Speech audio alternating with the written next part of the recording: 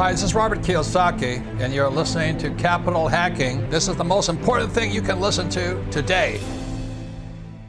Would you like to join us?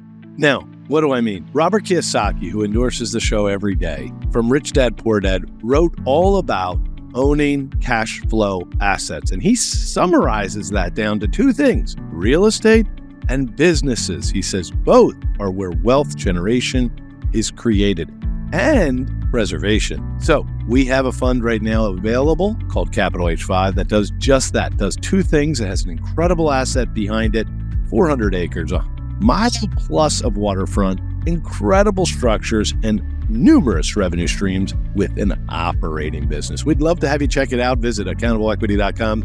It's the one. I have a dream. With great power comes great responsibility. I can do this all day. This is it. Don't get scared now. They may take our lives, but they'll never take our freedom. Cinderella's story out of nowhere. It's in the hole. That the only thing we have to fear is fear itself.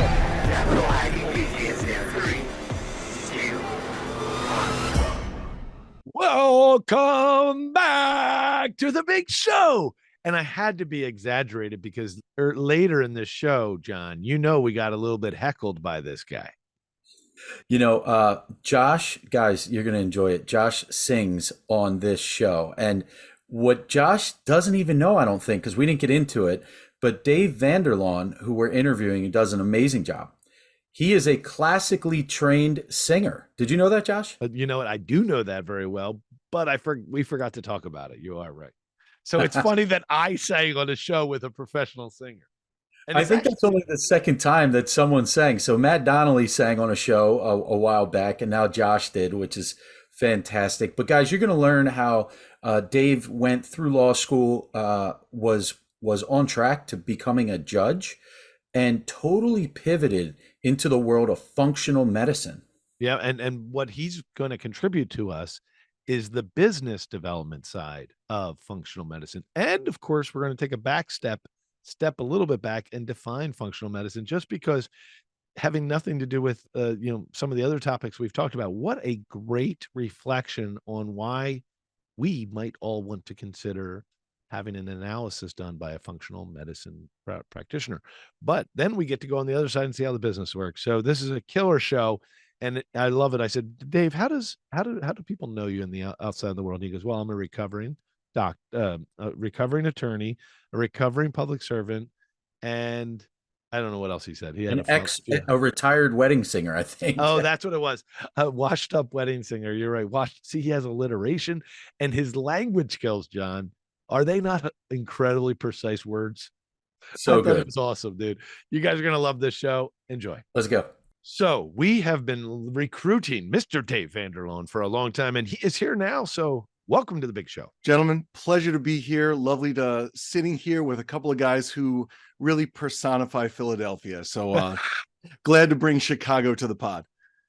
Well, we're honored to have you, Dave. And can you give us some background on your story? Wait, what does that mean, by the way? Personifying Philadelphia. There's people dropping their Wawa coffee right now, John. I skipped right over that. I almost wore an Eagles Wawa shirt to this podcast, but I said, no, I'll wear a shirt with a Dave, collar. was that a cut on us? It was absolutely not. It's just an honest observation. John, frankly, I'm shocked you didn't wear an Eagles jersey to this. I'm a little disappointed if you want me to be honest, but no, it's a big, vibrant personality. It's not welcome to the big show. It's welcome to the big show. Let's talk about the Eagles. There's segments no on the Eagles to it. We should have segments on the Eagles, John. So back to you, Dave, Mr. Chicago. How are you doing? Yes, sir. So born and raised in suburban Chicago, which is where I live now. I'm a musician by training and temperament. That's where I got my degree. Did a few other things in the ensuing years. Then I went to law school. So the way I kind of introduce myself now is I'm a recovering attorney, a retired public servant, and a washed up wedding singer. A couple of years ago, I left a decade as a big law litigator to start working with and frankly for my wife in the functional medicine house call practice she started right here in Chicagoland in 2018. So she's the president and CEO and the nurse practitioner provider, and I'm her chief operating officer. I'm the business guy in charge of growing it to an even more family sustaining place. Well, which sounds like a great business, by the way. So can you describe it again? Is it a franchise system or is it a self-generated brand new business that you created? This was Joya hanging out her own shingle in early 2018. So functional medicine is a little different from traditional Western medicine. It's much more focused on root cause analysis. The example I like to give is if John has high blood pressure, which of course he doesn't, but let's say John developed high blood pressure. If he were to go see his primary care provider, he'd get a 7-minute visit in which he describes half of what he's feeling. And the doctor says, oh, you've got high blood pressure. Here's a chemical pill that you can take for the rest of your life to artificially lower those numbers.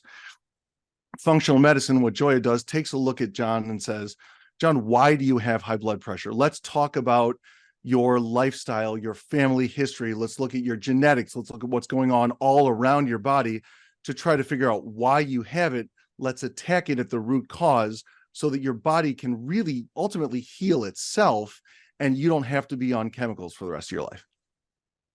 That's a great explanation, by the way, Dave. And it's interesting that we're having this conversation. The timing is perfect. When I was at where were we? Wherever we were, not the last time, like 2 Go Abundance trips ago, we all had to write down an accountability. Did you guys write down your accountability? You guys, I think we're both there. Anyway, was that on the Tahoe trip? Might have been Tahoe Maybe or Dallas. Yeah, or maybe it was where we were just in Atlanta, wherever it was. And I wrote down an accountability that for years I've been wanting to hire a functional doctor, and I got an email from Matt King like 4 weeks ago saying, how's the accountability of hiring a functional doctor? So he followed up, or he had his staff follow up on all 200 guys that were there. Oh, wow. On our accountabilities that we wrote down. And I said, well, that's interesting. I have it planned for next week. So yeah, that was a big step. I don't even know why I was afraid to like sit down, and I don't know what the resistance was, but yeah. So that I'm stepping into that world, and I highly recommend everyone listening to this to find a functional medicine doctor. Well, first of all, good for you, John, because I think especially as men, we tend to white knuckle our way through aches and pains and health challenges. I'll just grit it out. It'll go away on its own, or it'll get so bad that I have to go to the ER. So to get out ahead of health problems is really, really admirable. So I think some of the resistance is just kind of masculinity, but I think for a lot of people, certainly not for you, you're a man who lives without fear, but I think there is fear for a lot of people of, what am I going to discover if I start digging deep? And we all know, people who are listening to this show, people who are in the circles we're in, understand that once you push past that fear, success lies on the other side. We talk about that a lot in business, but that's really true in your own physical health too. If you can just take the step of figuring out what's going on in your own body, okay, now you can work with someone who can help you create a plan. And once you've got the steps, we're all action takers, right? It's easy to, okay, I'm going to supplement this way. I'm going to tweak this in my diet. I'm going to do this so I can get better sleep. I'm going to do this so I can manage my stress. I'll take prescriptions that I need to. And the nice thing about Joya being a nurse practitioner is she's able to diagnose and prescribe much as a medical doctor would. But she and other functional medicine providers are people who can create that plan. And then we just walk the path, and we can have success in health just like we can have success in business. Man, I'll give you a great example of just this past week. I think it was on Thursday. Christine and I were in Austin at the Go Abundance couples trip, and we were sitting with another couple. You guys know him. I don't want to mention his name for privacy, but he recently hired a functional doctor and started. And let me go back for a second. I haven't had blood work done. I can't remember the last time, in my 20s probably. So all that's going to get ordered. But he went and hired a functional medicine doctor, and they do all this blood work and your saliva and measure all your panels. You know that. Mm-hmm. They found that one of his arteries were 100% clogged. And they said, like, if you didn't hire a functional doctor to see that, to prevent it, and he had to get a stent put in and everything, Like that would have been a widowmaker heart attack. He'd have been dead, and he's 45. Oh my Yeah. gosh. Yeah, Yikes. that's the power of this. Those stories abound. The other side of it is people who just aren't feeling like themselves. So one of the patient populations Joya sees a lot of right now are women going through menopause, on the verge of menopause, just on the other side of it, and they'll go to their primary doctor, even their OBGYN, and say, I don't have any libido. I want to have sex, but I just don't actually want to. Or I've gained some weight, even though I'm doing the same kind of things. Or I'm just not able to think clearly. I've got brain fog, or energy's low. I'm sleeping poorly. And doctors will look at them and say, that's menopause for you.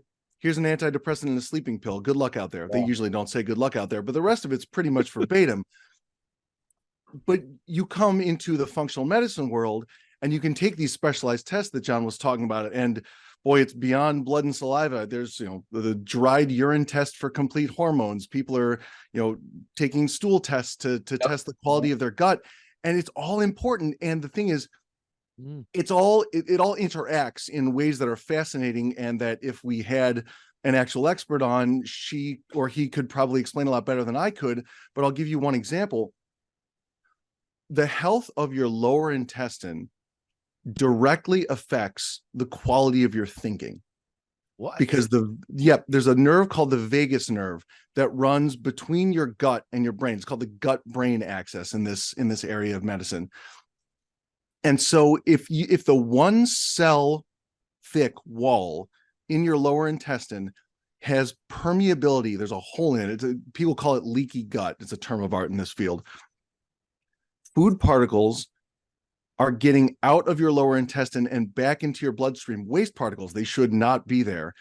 And based on the way the body's interconnected, that will diminish the quality of the way your brain processes information. It's fascinating to me. I would know nothing about this were I not married to a beautiful genius woman.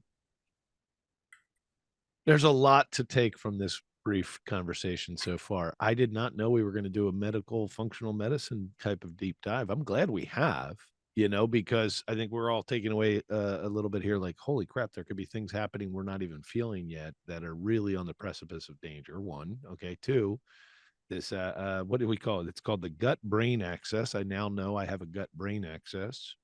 And now I finally know what leaky gut is because I've heard it on commercials for fake chemical pills, but I didn't even know what the heck they meant. So is there a way to transition this into the business you're building? And is that where you're putting a lot of your entrepreneurial growth? Is it around the business that you and your wife have with the functional medicine, or are you doing other business things these days? Josh, I want to congratulate you, and I'm not surprised, on hitting the perfect transition, because this is the business I'm building right now. This is where I am pouring nearly all of my energy. And that's actually a relatively recent tweak. So to back up a little bit, I went to law school. I was fortunate to get a good job out of law school. I worked for a major international law firm for about a decade. I was a litigator. I left that life to work with Joya on this business. As I did that, I thought, I'm going to create a whole bunch of streams of income. I owned some multifamily. I had taken a syndication that we ended up closing full cycle shortly after I left. I'm going to be a real estate guy. I'm going to build these other businesses. I'm going to have side hustles. I'll be an LP, but I'll also do a bunch of other stuff. What I've come to realize recently, and it's I have to credit a particular Alex Hormozy YouTube video that was going around the GoBundance circles a few months ago, where he talks about the power of focus and building one silo as opposed to, having 7 silos but not paying enough attention to any of them. I'm all in on Nourish House Calls. This is our ticket to great financial wealth and freedom, and it's going to be the driver of revenue for our family so that we have enough income to kick off into LP positions in deals sponsored by people who are more seasoned, more sophisticated, and who have really done their homework as far as how to run deals well. So Josh, you may or may not remember, I'm invested in a couple of your deals, and I'm happily doing that. And I've got some other LP positions in other people's deals. But for now, I'm not looking to actively acquire any more real estate. I want all of my focus to be on how do we grow Nourish House Calls, not into a huge company, but to a great small company. So name that one more time. Nourish House Calls is this company? Nourish House Calls is the name of the company. Yes, sir. And, with your passion and your lovely wife Joya's talents, where will it be in 5 years? You know how they talk about that vivid vision.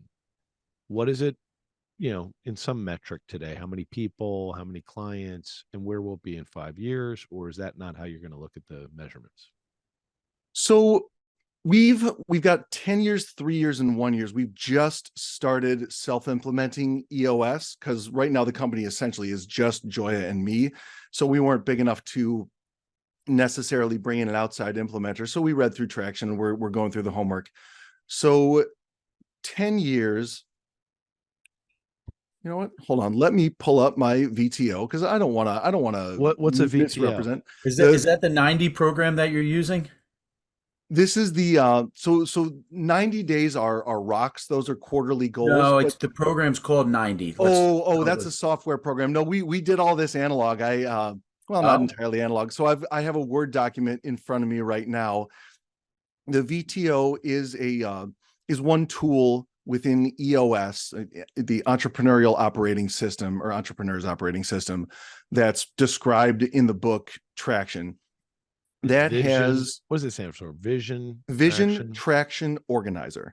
Yeah. So that had, as part of this tool, is creating a 10-year target, what they call a 3-year picture, and then a 1-year plan. So I'll tell you all of those because you asked about 5, but I'll give you a slightly oblique answer.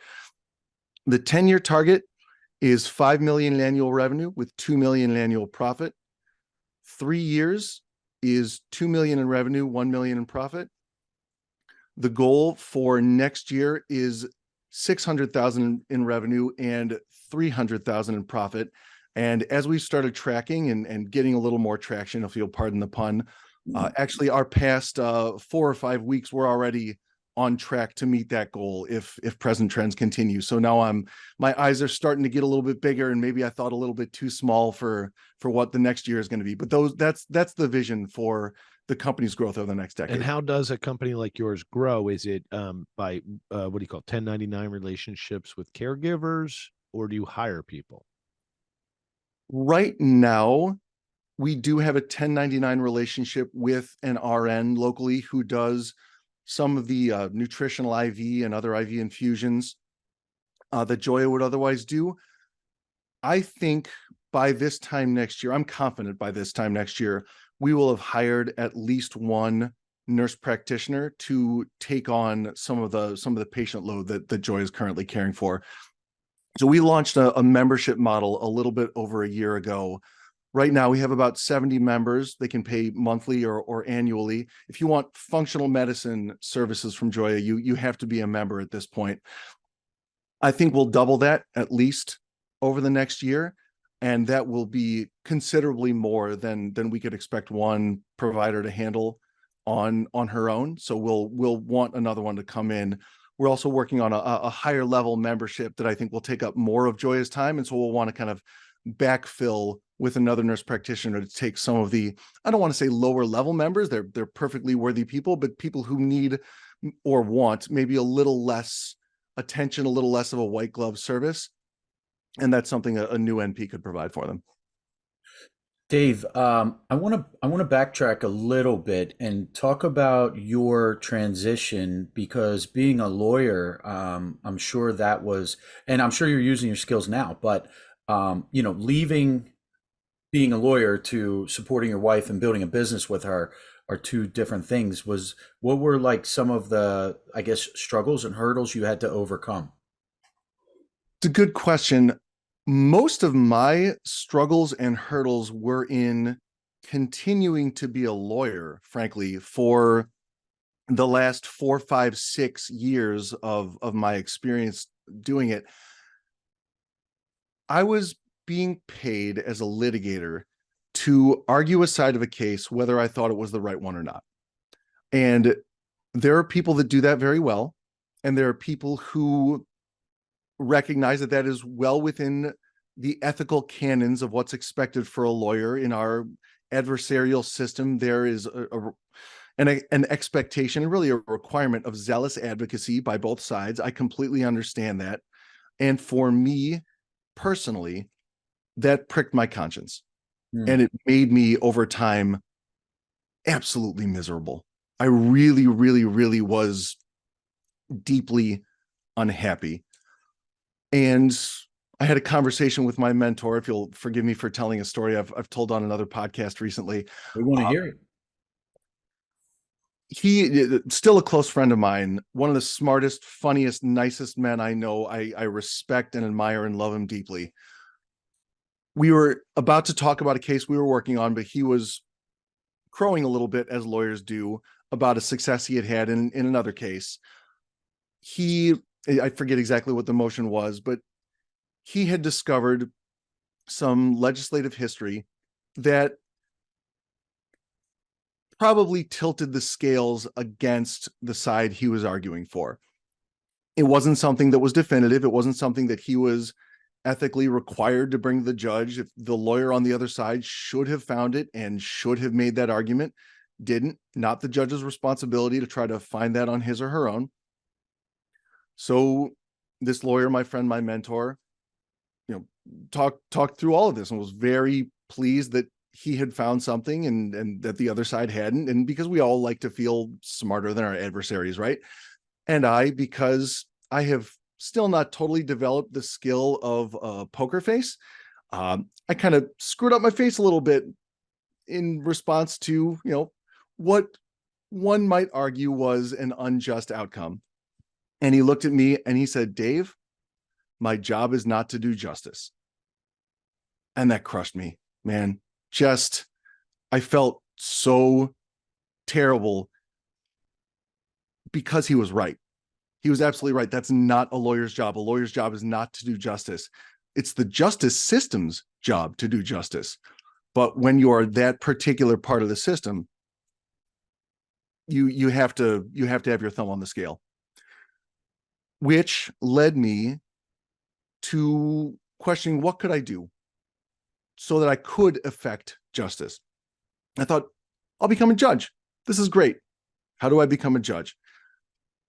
In many jurisdictions, including DuPage County in the west suburbs of Chicago, where I live, judges are quite often political appointees, or they're elected. State court judges, that is. Federal's a whole different thing. So I decided to get involved in local politics. And I'm a conservative-leaning individual, and DuPage County at that point was quite conservative. It's a little less so now. So in early 2016, I thought I'll join the Downers Grove Township Republican organization. And boys, I don't know if you remember early 2016, but it was an unusual time to get involved in local Republican politics. And I'm not a Trump guy. I'm not ashamed to say that. I still skew conservative, although I'm not quite sure what that means in today's political climate. That's a little bit of an aside anyway. I volunteered for a while. I knocked on doors. I advocated for candidates I believed in, and I kept my mouth shut about Republican candidates that maybe I didn't believe in so much. And I helped some good people get elected. And one thing to know about local politics is that if you show up on time, every time, and if you do your job, and if you have 2 to maybe 3 brain cells to rub together, you will rise to prominence very quickly. So I, in not too long a course, was appointed a Downers Grove Township trustee. It's an elected position, but someone had resigned, and I was tapped on the shoulder and said, "Yeah, good idea. If you put your name in the ring for this, put your hat in the ring for this." And I did, and I was appointed, and I served there until the next election. And it was a fascinating experience. local politics is really an interesting place. It's a very small palace to have that level of palace intrigue. And maybe I came in at a strange time where people in sort of competing positions of equal authority just didn't really get along. And so it was hard to get much done, even though we were all, within the same political party, because there were just so many personality conflicts. That kind of made me lose my taste for local politics a little bit. I also found out what it took to become a judge, and it was more relationship based than merit based. And I was not eager to play that game given my political experience. So I stepped back from that. But I'll tell you what that experience gave to me, because as I was looking at all of this, I looked at a local state court judge's salary, and I looked at what I was making as a mid-level associate at a global law firm. And I had to think to myself, how am I going to survive this 50% pay cut if I get the job? And that's what led me to Bigger Pockets, which led me to Rich Dad Poor Dad, which led me to buying a couple apartment buildings, which led me to how do I actually get good at this, which led me to Masterminds, which led me to GoBundance, which led me to this very moment when I get to talk with you guys. I rambled on for what must have felt like 22 minutes, and I'm not entirely sure I answered John's question. So I'll let you guys either tell me to answer it better or ask me another one. First of all, that's a very lawyer way to end a comment, don't you think? I love it. Recovering lawyer. First of all, there's so many great nuanced language comments you've made in this. It's so lawyer trained. I love it. But you're such a sincere guy. I would call that a soul searching moment, and I think you did a great job. But John, on the other hand, is a tough questioner, and he has like 3 needle nose questions he's going to needle you. Well, okay, so I'll ask you a different question, Dave. And it's a question that actually Josh asked earlier when you started talking about Nourish house calls. And because I like that name too. And we recently had Brian Beers on our show, and he talked all about franchising. Would that be something that you'd consider in a few years? I wouldn't reject it out of hand. Becoming a franchisor takes a lot of back end work as far as, really refining processes and procedures and getting that all written down. And that's a good business thing to do anyway. And we're working on that. I would say one potential hurdle I see in healthcare is you can give processes for marketing and patient intake and follow-up and all that sort of thing. But once a provider is with a patient, they need to use their own independent medical judgment. And so for us to say to someone in, I don't know, Albuquerque, New Mexico, we're going to sell you everything you need to run the practice like Joya does, except for all of the implementation and the service that actually gets provided. That's the real value to the customer. I don't know quite how to monetize a franchise like that. Maybe I'm wrong. I've not talked to franchise brokers about what the value of a franchise like that would be, but I'm at least dubious that would be a high value offering. Does that make sense? What your points make sense. And again, you're gonna God bless you, as a lawyer and a litigator, for God's sake, every problem that could possibly come from any contract, and how many people will review it and scrutinize it and come after your butt. So I'm trained as an issue spotter. Yes, sir. So how difficult this world really is. However, an entrepreneur needs to have some suspension of that comment at first to get the ball rolling, and then hire great lawyers to simultaneously cover all those risks. But Visiting Angels, America's Choice in Home Care. Have you ever heard that little jingle, John? No, but I'm very excited that you got to sing on the pod. Visiting Angels, America's Choice in Home Care. I love that group, and our friend, John, our friend founded that organization, and he is a wonderful charitable guy, and he cares so much about good, causes, good kids and good people. So he has done a phenomenal job over the last 20 years. And I do think a lot of what you just said, even the fact that you call it a membership, makes it lean towards a functional health franchise business. I do actually think there's enough there. And obviously within any medical thing, there's the, ethics of medicine and the ethics of how to treat a client. So now, we're not here to advise you to do a franchise, but I actually think there are opportunities there. And I love how your first answer to his question wasn't an entrepreneur question. It was the legal side.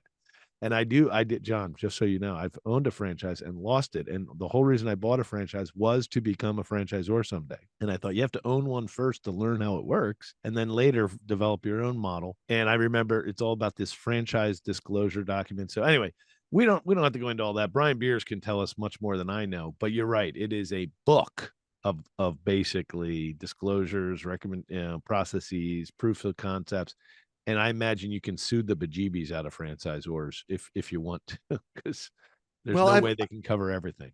I've read some FDDs, and they do a really good job of covering the waterfront and making it very favorable toward the franchisor as compared to the franchisee. I've kicked tires on a couple of franchises as I was, along my path of I'm going to do 52 different things to know being really focused on Nourish. So I do understand that. I will quibble a little bit with whether my answer was purely legal, because I do think it's an I know you're laughing at me, but I'm this is very litigation, right? I reject the premise of your question. Let's quibble and let's have a kerfuffle. Let's. Oh yeah, well man, we're gonna get into a Donnybrook pretty soon. So good. You're so great. Go ahead, quibble. I do think that part of an entrepreneur's responsibility, yes, we need to be visionaries. Yes, we need to say, go, go, go. Let's run confidently in the direction of our dreams. But we also need to be discerning, because our time is limited, our attention is limited, and there are a million ways to make $1 million. And there's probably 100,000 ways to make $10 million. Nobody check my math on that. I became a lawyer because I'm not a numbers guy. Also, I need to create a budget for next year, so maybe we should hire that out. Not my point. Pursuing a franchise, I need to think about what is the economic upside of that compared to the time I'm going to spend pursuing it. I think right now, and it's a hypothesis, I absolutely could be wrong. I think my time is better spent filling the top of the funnel with more leads, doing a better job of introducing the world to Joya and what she does, hiring strategically within our organization rather than having somebody pay me franchise fees and other licensing fees. And as we're starting to do now, expanding into other states, which of course is quite related to the first two things I said. I love where you're going with this, Dave, and we agree with you. The best path forward is what is right in front of you, which is growing a wonderful business. The only reason I think John brought up franchising, not only because he loves Brian Beers like I do, but also because it is a necessary need. This is a need across the country, right, John? Yes. And I think you're saying, wouldn't it be nice if there was a nourishing house calls near us? Yeah, oh, definitely. But like you just said, keeping the first thing first is the most important, and growing it. And that's something down the road. I also really appreciated you saying like, oh, I'm going to do all these things. And it's like, wait a minute, let me drill down and focus on like a laser beam focus in one area and make that successful before, I start chasing this shiny penny and that shiny penny and going down a road that may not lead to anything. As we're winding down this interview, Dave, and Josh works with his amazing wife, Melanie. I work with my amazing wife, Christine. You work with your amazing wife, Joya. And actually, Christine, I just gave a short talk at Renault last week on how to succeed in business without killing your spouse. But what are a couple tips that you can share with our audience that work very well for you and Joya? The first, I would say, likely applies to any marriage, irrespective of whether you work with your spouse. Lay a strong and consistent foundation of pleasant communication with each other. Keep depositing into that bank account, because there will be disagreements, there will be quibbles, there will be kerfuffles. Don't let it turn into a Donnybrook. You don't want to go to jail. But when those issues arise verbally, when there's a little bit of tension, you can step back and realize, no, this is a blip on the radar. This is not the way we talk to each other. And I will say, at least for Joya and me, when we have any tension in our relationship, sometimes it's just unspoken, we both get so uncomfortable that within usually a matter of minutes, very rarely more than an hour, one of us says, hey, what's going on? Let's talk about this. Let's be calm. Let's look at the facts. Let's get back to a place where we are enjoying one another. So I think that foundation of pleasant communication is vitally important for any marriage, and maybe especially so when you're layering on working on a business together. The other tip I'd give, and I don't think this is going to be groundbreaking, is make sure that you are carving out time to be spouses, romantic partners, lovers. If you are all business all the time, if you never turn that off, then one or both of you can start to feel like this isn't really a romantic relationship anymore. It's just a business partnership. And that can feel really isolating, if nothing else. And ultimately, beyond harming the relationship, it can't do any good for the business. So those are the two. I do want to go back to one point John made earlier about bringing a Nourish House Calls closer to your home. We can't do it in every state. Certainly Joya can't be everywhere all the time, all at once. However, we are working on getting her licensed in a number of other states. She can do virtual visits. We may well hire in other states in the future, but right now she's licensed in Illinois, Florida, New Hampshire, and Vermont. That's an unusual combination, but they've come through various partnerships and opportunities. We're actually providing the IVs at the Go Abundance event in Vermont in the winter. That's awesome. Why we got the Vermont licensure. So very excited about that.